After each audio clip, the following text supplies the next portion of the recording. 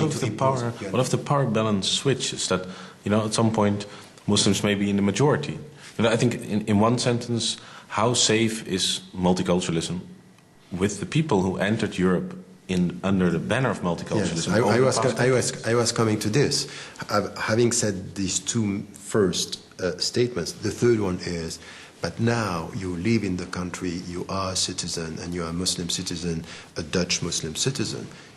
You have no right to impose your views on people. But to say this, it's once again, the way people are dealing with them being a majority has also to do with the way they are educated and the way they see the others.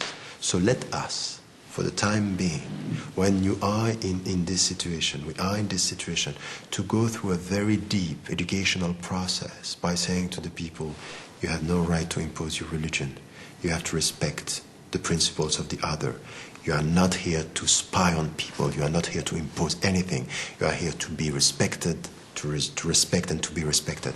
These teachings are very important. So I think that this is the only way forward, because if we are scared of numbers, it's over.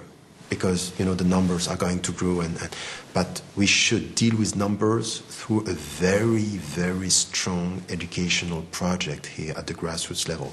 And to tell you the truth, during the last generation, 25 years, throughout Europe, you were speaking about my travelings and all this. I'm just trying to do that, to say to the people, look, you abide by the law, you respect the law, you respect your fellow citizens, and you are not here to judge them. Stop judging, learn to love and to respect. This is the central message. But it's not heard on two sides. People are scared of numbers, and others are scared of the perception that, oh, the West doesn't like Islam, so we are not liked. And you know what is happening today?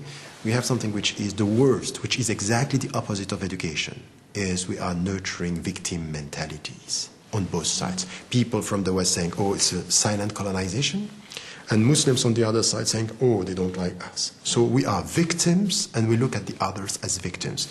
What I want to change is to transform the victims into responsible people, actors of the future, and not victims of the present.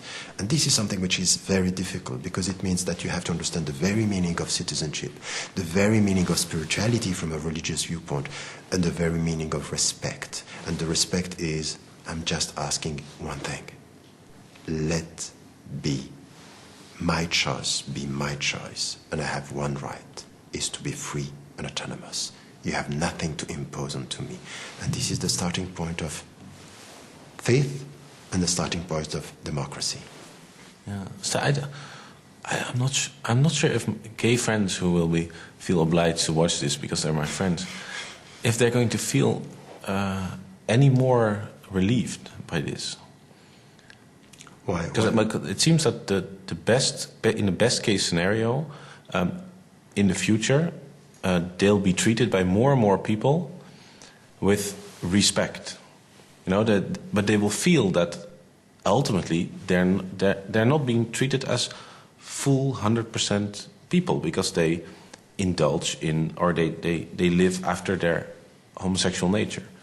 And so it seems a kind of a deal, like if as a Muslim you want to be treated, you know, not only with respect, but as a, you know, a full-blown fellow citizen, then is it such a big step to say, listen, perhaps we should reinterpret a few of those Quranic verses and say, look, you know, there's stuff about slavery and about stoning and about all sorts of stuff that's in the Quran and that we consider now 7th century.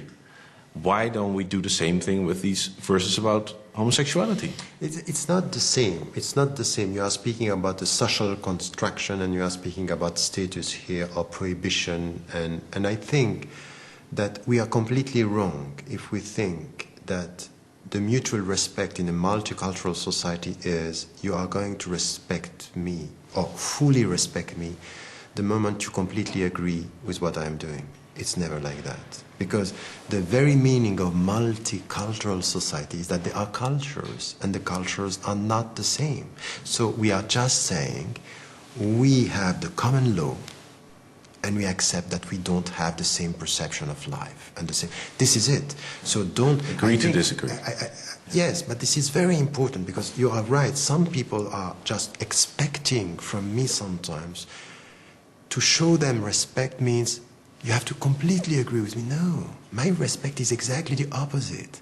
Is that I respect you as much as I can accept that you don't agree with my thoughts. So when, for example, you may drink alcohol, I don't. Am I going to tell you, you know what? I will be sure of your love the very moment you completely agree with the fact that we don't have to drink alcohol. It's not this. It's a behavior. With your sexual behavior, with the way you look at family, for example. What is a family? For some homosexuals, a family is two people, a man and a man. It's not this for me. I'm not asking them to have the same vision, the same understanding. But they ask for the right to marry, yeah. No, but the point is really this. I really think that it's a very important challenge. We are facing something which is completely new. In a homogeneous culture, it was easy to say, I respect you, because behind it, you have the same universe of reference. Now it's no longer the same.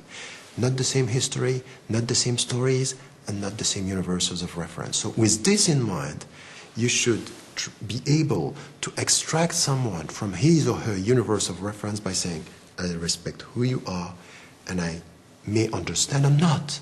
I may not understand your universe of reference, but still I respect who you are. And this has to be done in every single cultural, religious community, every single society. This is why today I'm saying that in our school systems, if we are not going to be more inclusive in what we are teaching, representing this universe by saying it's very complex, we have to reconcile our minds with complexity. And what does it mean, complexity? Sometimes I don't understand, but I have to learn to respect. It's not easy, but this is the starting point for living together. And don't expect from the people to respect you by agreeing with everything you think or do, because it will never happen. Leo Ferré. You requested Leo Ferré. Yes. Yes. I never heard of the guy. Fill me in. Who is he?